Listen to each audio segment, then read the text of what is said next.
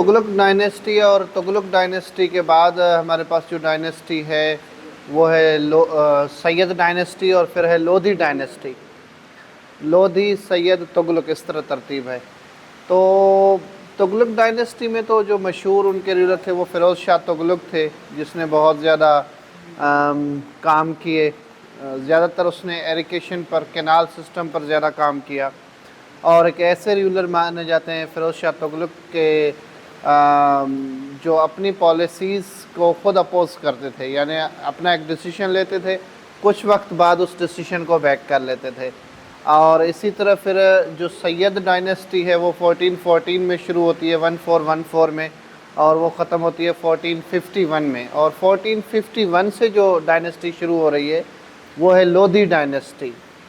اور یہ ہندوستان کی پہلی فیملی تھی جو افغان فیملی تھی، یعنی افغانی تھے اور ہندوستان کو رول کرتے تھے. اور ان کی 1451 سے ہے 1526 تک، 1526 تک.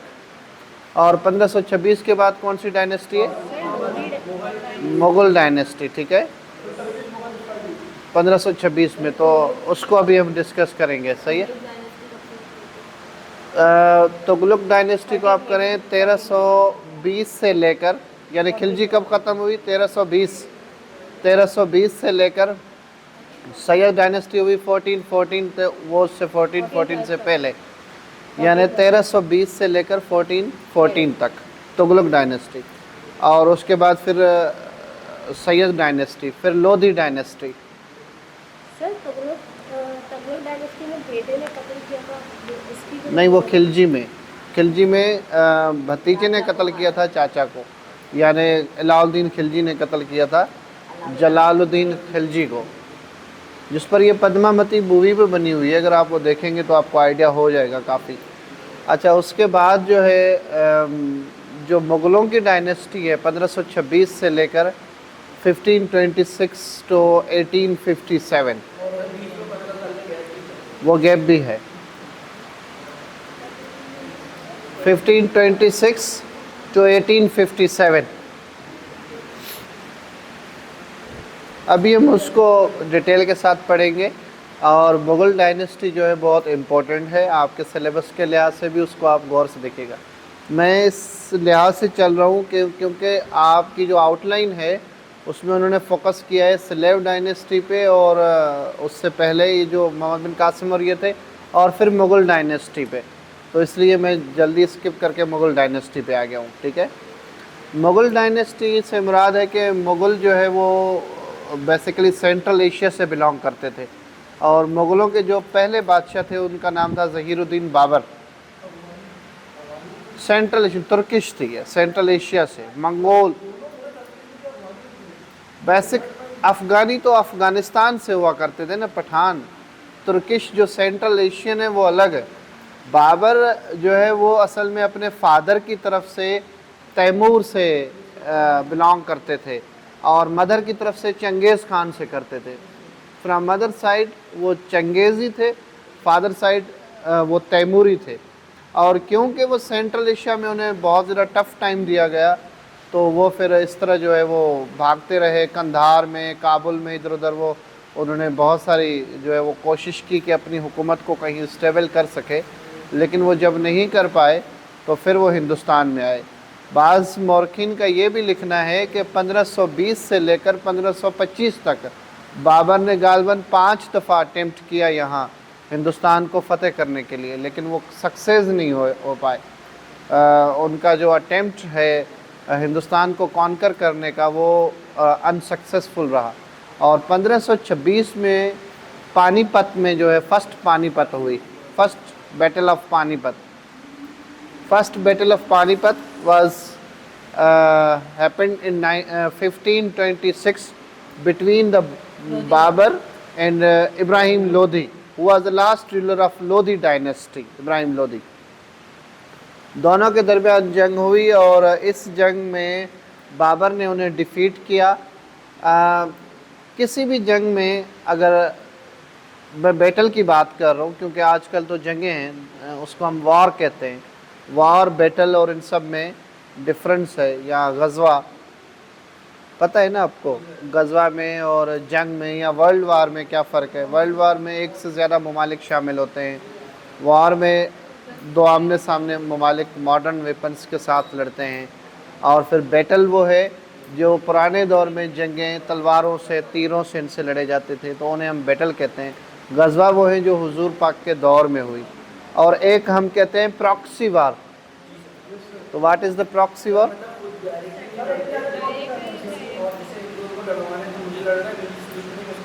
جی ایسا ہی ہے، مطلب دو آپس میں دشمن ہیں لیکن لڑ نہیں رہے۔ خاص طرح یہ کولڈ وار کے ایرا میں ہوا، جیسے یو ایس ایس آر اور یو ایس اے دونوں ایک دوسرے کے اپوننٹ تھے، ایک دوسرے کے خلاف تھے، تو وہ کیا کرتے تھے کہ اپنے جو ان کے ممالک چھوٹے چھوٹے ممالک تھے ان کو وہ آپس میں لڑاتے تھے، تو that is called proxy war. ایسے ہی یہ پراکسی وار ہے نا، پاکستان کو بھی انہوں نے ایک لحاظ سے پراکسی وار میں دھکیلا، جب افغانیوں کو سپورٹ کرنے کے لیے یا طالبانوں کو سپورٹ کرنے کے لیے یہ سارا منصوبہ بنایا گیا، تو دیٹ از پراکسی وار۔ اچھا، اور اس طرح اس وقت جو بیٹل ہوئی between the Ibrahim Lodhi and Babur, اس میں بابر نے انہیں ڈیفیٹ کیا۔ آخر کیا وجوہات ہو سکتی ہیں؟ ایک جنگ اگر کوئی ایک ملک یا ایک قبیلہ یا ایک قوم یا ایک حملہ آور جیتتا ہے تو اس کے پیچھے کیا اسباب ہو سکتے ہیں؟ اسٹریٹجی اس کی اچھی ہو سکتی ہے، جی گن پاؤڈر استعمال کیا تھا، ٹھیک ہے، اور آرٹریز انہوں نے انٹروڈیوس کیا تھا، کہ بالکل وہ انہوں نے یوز کیا تھا، اس لیے کیونکہ بابر کے پاس ماڈرن جو ہے نا جنگ کی اسٹریٹجیز تھی، ماڈرن ویپنز تھے۔ بابر کی فوج گھوڑوں پر لڑنے کے لیے ٹرینڈ تھی، ہارسز پر، جبکہ ہندوستان کے لوگ کیسے ٹرینڈ تھے؟ ہاتھی پر۔ ہاتھی جلدی موو نہیں کرتا، آپ کو پتہ ہے نا، ہاتھی جلدی موو نہیں کر سکتا، گھوڑا جلدی موو کرتا ہے۔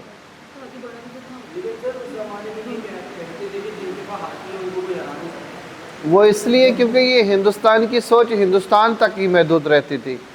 بہت سارے ایسے ایڈیمس ہیں یا بہت سارے ایسے جو ہم کہتے ہیں کہ پرووربس ہے جو ہماری سوسائٹی پر تو لگتے ہیں، امپوز ہوتے ہیں، لیکن دنیا کی دوسری سوسائٹیز پر تو امپوز نہیں ہوتے ہیں۔ جیسے پچھلی کلاس میں بھی میں کچھ ہم میتھس کریٹ کر لیتے ہیں نا، اس کو ہم سمجھ لیتے ہیں کہ ایسا ہی ہے۔ مثال کے طور پر میں آپ کو ایک مثال دوں، 5ویں کلاس کی ایک کتاب ہے سندھی کی، اس میں لکھا ہوا ہے دو سمرو سبق ہے، دو سمرو اس کتاب کا ایک سبق ہے۔ اس میں ایک لائن لکھی ہوئی ہے کہ دو بھائی بیٹھے ہوئے تھے، دونوں کا والد انتقال کر گیا، بادشاہ تھا وہ انتقال کر گیا، تو دونوں بھائی یعنی دو اور چنے سر دونوں کے درمیان یہ جو محلے کے یا علاقے کے بڑے لوگ تھے انہوں نے یہ طے کیا کہ اب اقتدار کس کو دینا چاہیے، تو سب نے یہ طے کیا کہ بڑے بیٹے کو دینا چاہیے، چنیسر کو۔ تو جب چنیسر کو انہوں نے کہا کہ ہم سب ریڈی ہیں کہ آپ کو ہم جو ہے اقتدار سونپے اور جو فادر کی ذمہ داری ہے وہ آپ کو دے، جسے ہم پگ کہتے ہیں اپنی زبان میں، تو اس چنیسر نے کہا کہ آپ ذرا انتظار کریں، میں اپنی والدہ سے پوچھ کے آتا ہوں۔ اس بات پر وہ سارے جو لوگ بیٹھے تھے انہیں برا لگا کہ یہ والدہ سے کیوں پوچھ رہا ہے، ٹھیک ہے، اور اس بنیاد پر جب تک وہ والدہ سے پوچھ کے آیا تو انہوں نے دو کو جو ہے وہ ذمہ داری دے دی چھوٹے بھائی کو، اور وہ دونوں بھائی لڑ پڑے۔ تو سبق پڑھتے ہیں جب ہم بچپن میں، تو جب اس وقت میں پڑھتا تھا تو مجھے محسوس ہوتا تھا کہ مطلب ماں سے مشورہ نہیں کرنا چاہیے اس بات کا، لیکن آج تو میں سوچ رہا ہوں کہ ماں سے مشورہ کرنا چاہیے۔ مثال آپ اور تو مثالیں نہیں پڑے، آج تو دنیا اتنی آگے ہو گئی ہے، وہ ماہرہ خان کی شادی ہوئی، بیٹا اس سے رخصتی کروا رہا ہے، تو آج تو دنیا اتنی وہ جو ہماری جو ٹپیکل سوچ ہے لوگ اس سے اتنا باہر نکل گئے۔ تو اس طرح کی بہت سارے ایک کانسیپٹس یا سوچ یا میتھ یا ایڈیمس پراوربس بن جاتے ہیں، لیکن with the passage of time وہ ایڈجسٹ نہیں ہو پاتے، چینج ہو جاتے ہیں۔ تو اسی طریقے سے جو بابر اور ان میں کانفلکٹ تھا وہ سب سے بڑا یہ کہ بابر نے اس لیے جیتا کیونکہ بابر کے پاس جدید ویپنز تھے، ماڈرن ویپنز تھے، اور ابراہیم لودھی کے قریبی جو اقتدار کے لوگ تھے وہ ان کے ساتھ مل گئے، جس میں اسلم لودھی ان کے جو ماموں تھے وہ ابراہیم لودھی کے خلاف ہو گئے تھے، تو اس وجہ سے انہوں نے جو ان کو شکست دی۔ یہ بابر نے اپنی کتاب میں اس جنگ کی اور بابر نے اپنی زندگی کی بڑی وضاحت کی ہے، اور اس کتاب کا نام ہے Tuzuk Babri which is written in Turkish language. ٹھیک ہے، یہ ترکش لینگویج میں لکھا ہوا ہے. اچھا، تزک بابری، اور آج کل تو اس کا ترجمہ بھی ہے اردو میں تزک بابری. ٹھیک ہے، اور اس کتاب کو آپ پڑھیں گے آپ بہت سیکھیں گے بابر کے بارے میں اور مغلوں کے بارے میں، بابر کی سوچ، بابر کی جو ہے وہ اپروچ، بابر کی پرسنالٹی، اس کی پولیٹکس کے ڈیسیشنز، ان سب چیزوں سے آپ کو بہت لرننگ ہوگی. اس قسم کی کتابیں ہمیشہ پڑھنی چاہیے، اور اس وقت نہیں پڑھنی چاہیے جب آپ اٹیمپٹ دے رہے ہیں یا قریبی ہے، اس وقت پڑھنی چاہیے جب آپ ریلیکس ہیں، تاکہ وہ آپ کی اسٹڈی میں چیزیں رہیں اور آپ کو اس کا فائدہ ہو. تو تزک بابری بابر نے لکھی، اور اس کو ڈفرینٹ لینگویجز میں موجود ہے. تزک بابری کو جب آپ پڑھیں گے تو اس میں بہت سارے ایسے بیانات ہیں جس سے پتہ چلتا ہے کہ بابر کو ہندوستان پسند ہی نہیں تھا. بابر نے اس کتاب میں اظہار کیا ہے کہ ہندوستان کا موسم اچھا نہیں ہے، یہاں گرمی بہت زیادہ ہے، یہاں کے جانور اچھے نہیں ہیں، یہاں کے لوگ اچھے نہیں ہیں، یہاں ٹھنڈا پانی نہیں ملتا، برف یہاں نہیں ہے. اب ہندوستان میں برف کہاں ملی؟ اس وقت تو برف ظاہر فریج نہیں تھا تو برف نہیں تھا نا. سمجھ رہے ہیں نا؟ آپ لوگوں نے تو برف اس لیے دیکھی ہے کیونکہ گھر میں فریج ہے. اگر وہ نہ ہو تو پھر آپ کیسے برف دیکھتے؟ ہندوستان میں آپ کو برف ملتی ہے کیا آسانی سے؟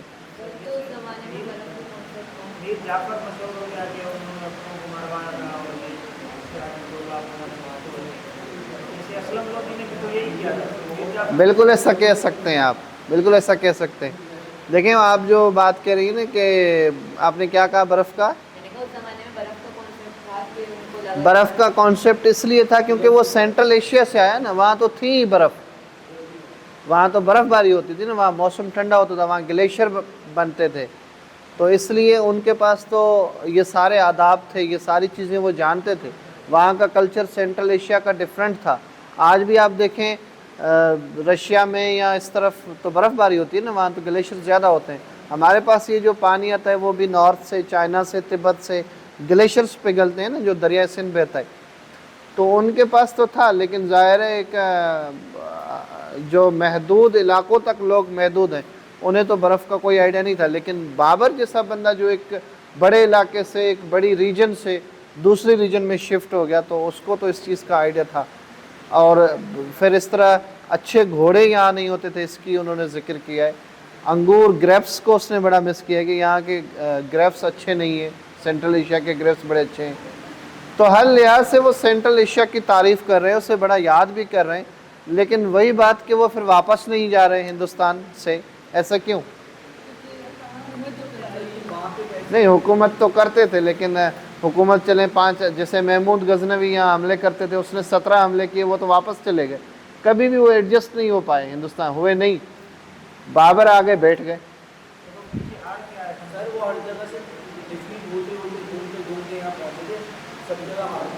یہ بھی تھا، یہ بھی تھے، بہت سارے اسباب تھے، لیکن سبط حسن نے ایک بڑا سبب دیا ہے کہ ہندوستان، کیونکہ اگر آپ ہندوستان کی تاریخ پڑھیں گے نا انڈو پاک میں، تو ہندوستان ہمیشہ حملوں کا شکار رہا ہے.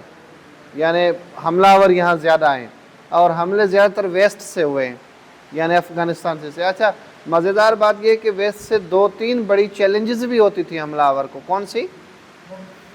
منگول نہیں، وہ تو چلیں ان کو وہ ڈیفیٹ کر بھی لیں. ماؤنٹینز، پہاڑ بہت بڑی چیلنج ہوتی تھی. پہاڑ ایک دیوار ہوتے تھے، اور اگر وہ ماؤنٹینز کو کراس کریں تو پھر کون سی چیلنج ہوتی تھی؟ آپ اس وقت کے سینیریو میں دیکھیں نا،